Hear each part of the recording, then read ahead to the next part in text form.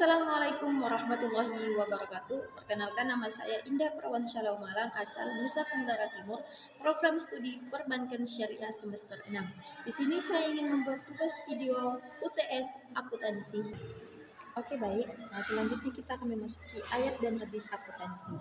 Nah, seperti biasa kita akan mereview latar belakangnya dulu. Pada masa tahun 2023 tercatat beberapa kasus di mana sebagian besar pelaku merupakan pegawai tetap.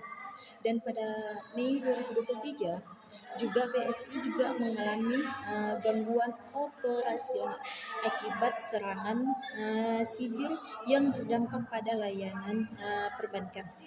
Lalu ada pembahasan itu pengertian akuntabilitas dalam Islam. Menurut Mardiasmo 2004, akuntabilitas adalah kewajiban pihak pemegang amanah atau pertanggungjawaban menyajikan dan melaporkan dan mengajukan segala aktivitas. Lalu ada prinsip-prinsip akuntansi atau ilatas dalam Islam dan implementasinya.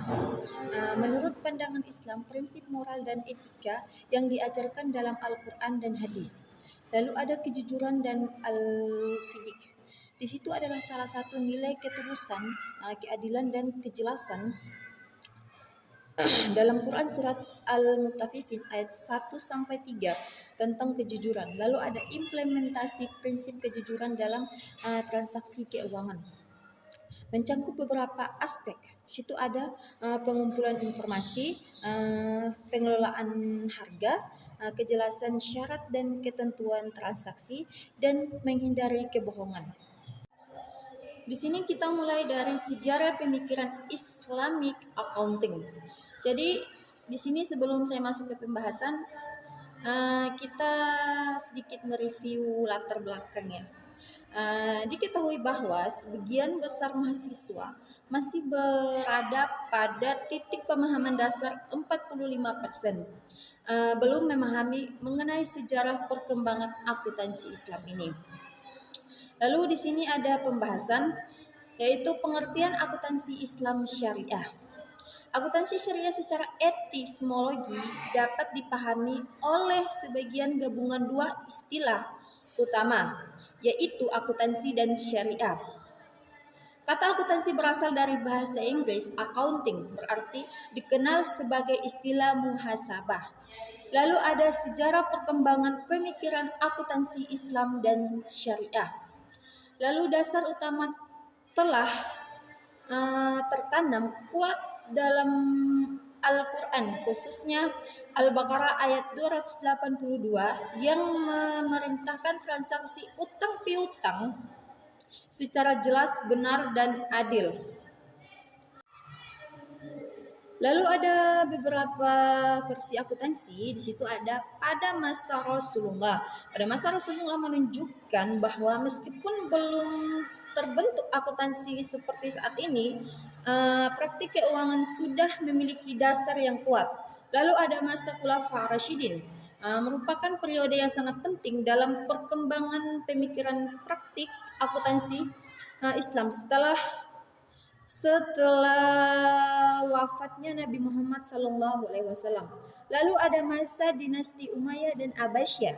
Perkembangan akuntansi dalam peradaban Islam tidak berhenti pada masa Nabi dan Khulafaur Rasyidin. Lalu ada pada masa modern. Memasuki abad ke-20, akuntansi Islam mengalami kebangkitan. Kembali sering munculnya lembaga keuangan syariah. Sejarah praktik akuntansi dalam peradaban Islam. Di situ ada dimulai sejak masa Rasulullah SAW ketika pengelolaan harta umat dilakukan secara tertib dan amanah. Lalu ada beberapa sektor. Di situ ada baitul mal, pengelolaan zakat, perdagangan, dan yang terakhir itu wakaf. Lalu selanjutnya ada kontribusi peradaban terdahulu terhadap perkembangan akuntansi modern. Akuntansi modern tidak terlepas dari kontribusi peradaban terdahulu yang telah terletak dasar dan keuangan secara sistematis. Lalu ada peradaban-peradaban antara lain. Yang pertama peradaban Mesopotamia sekitar 3000 Masehi sampai 29.000 Masehi. Lalu ada Mesir itu sekitar 300 Masehi sampai 500 Masehi. Lalu ada dan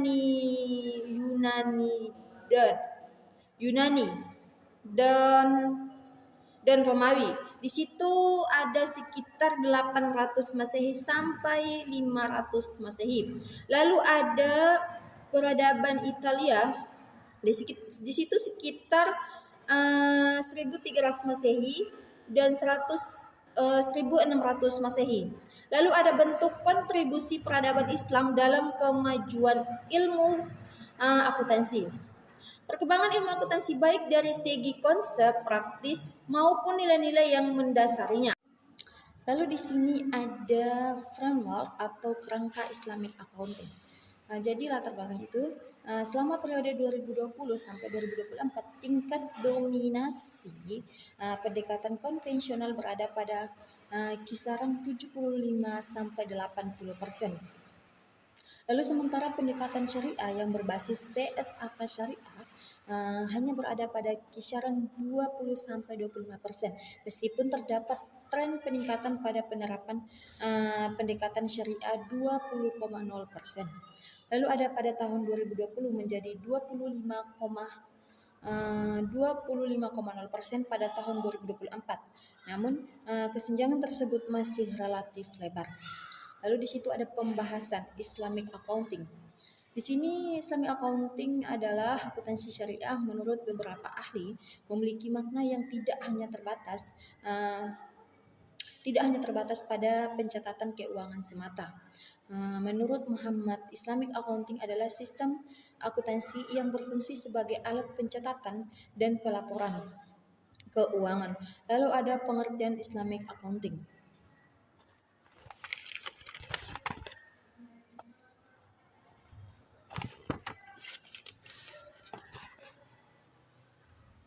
Secara Islamic Accounting adalah sistem pencatatan serta aspek keadilan, transparansi, dan bertanggung jawab kepada Allah dan masyarakat.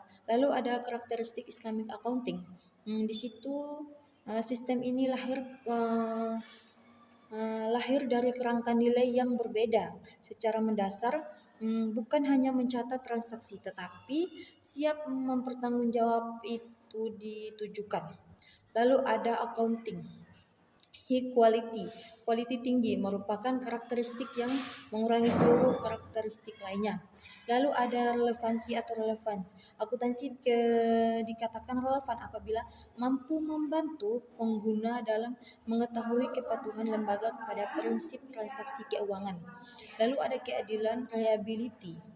Keadilan berkaitan dengan sejauh mana informasi yang disajikan dan dipercaya dan dilandaskan.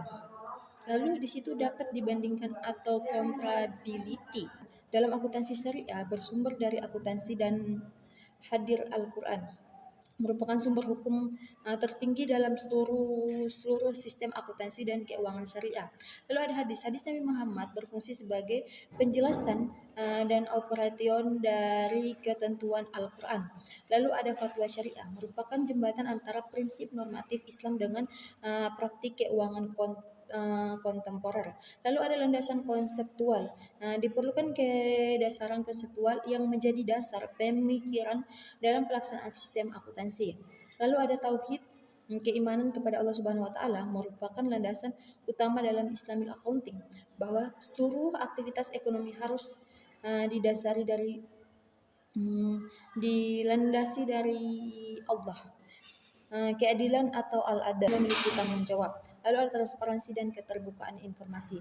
Merupakan prinsip penting bahwa laporan keuangan harus disajikan secara jelas atau jujur. Lalu ada akuntabilitas pertanggungjawaban.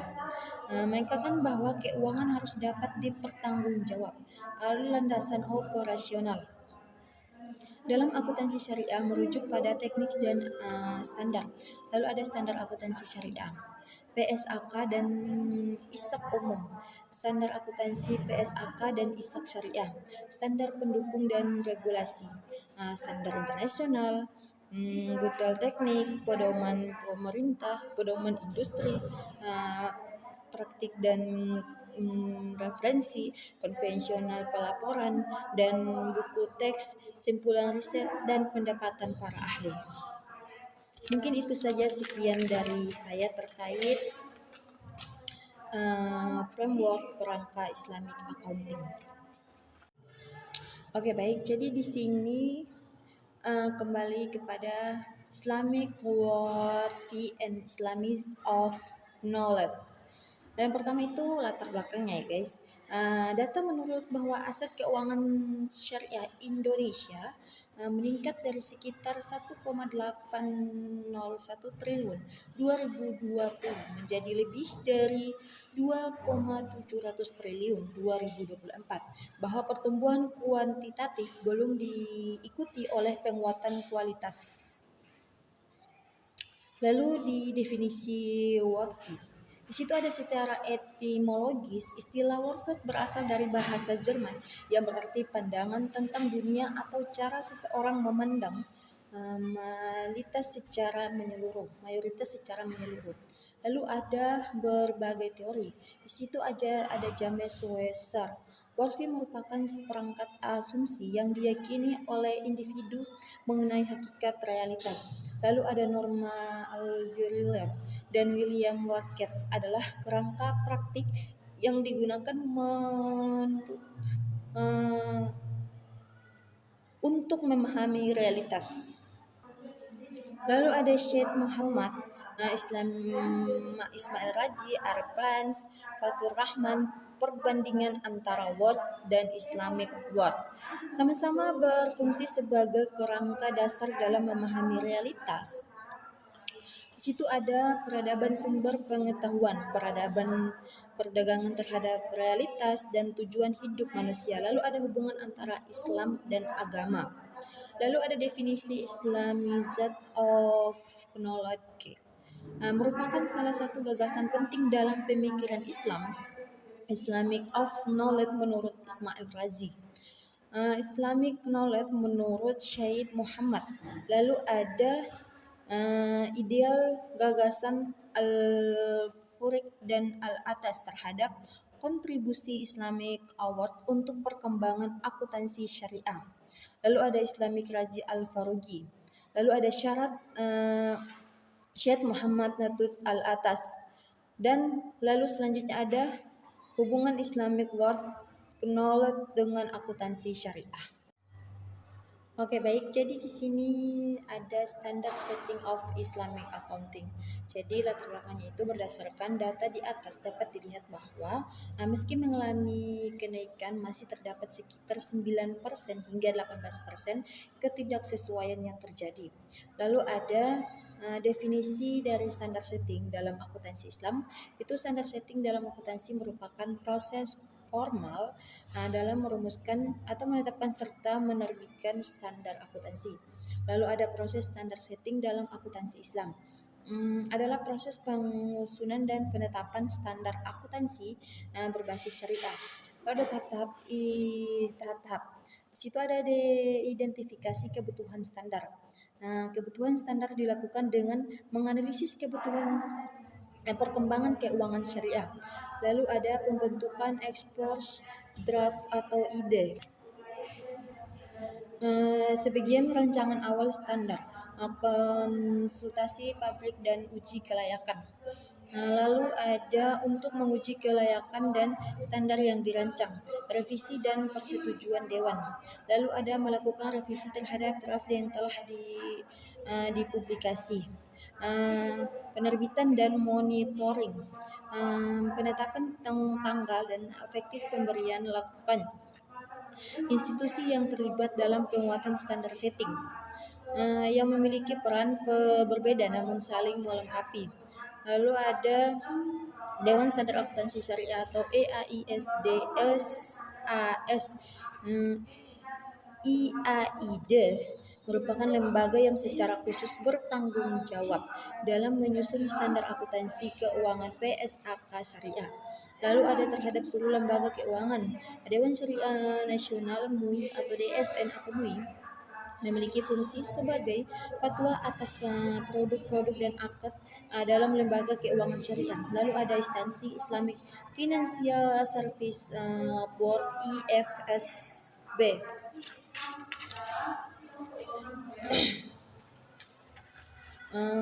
Lalu ada dari waktu ke waktu keanggotaan IRSB terus bertambah. Dan semakin meluasnya industri keuangan syariah internasional. Lalu ada International Islamic Financial Market atau IIFM. Lalu ada sebagian organisasi menyusun standar internasional untuk pasar keuangan syariah, khususnya Islamic Capital and Money.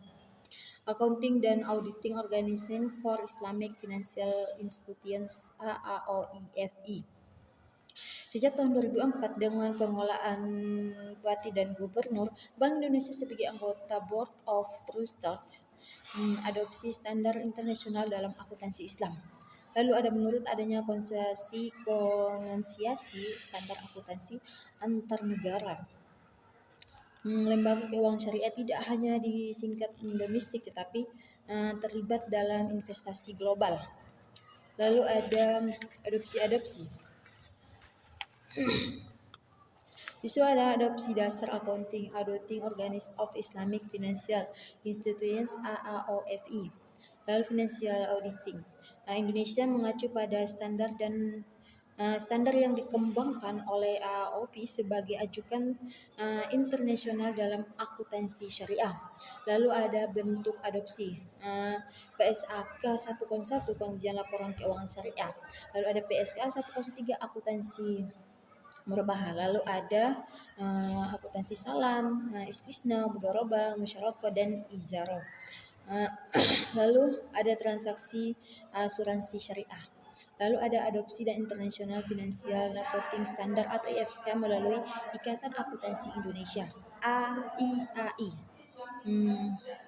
Yang keuangan secara global. Lalu bentuk adopsi konsep prinsip secara accounting, adopsi keukuran nilai Warfarme, pengajian laporan keuangan global, AAOFI dan IFSB dalam kerangka cara bisnis dalam sistem keuangan syariah, Paris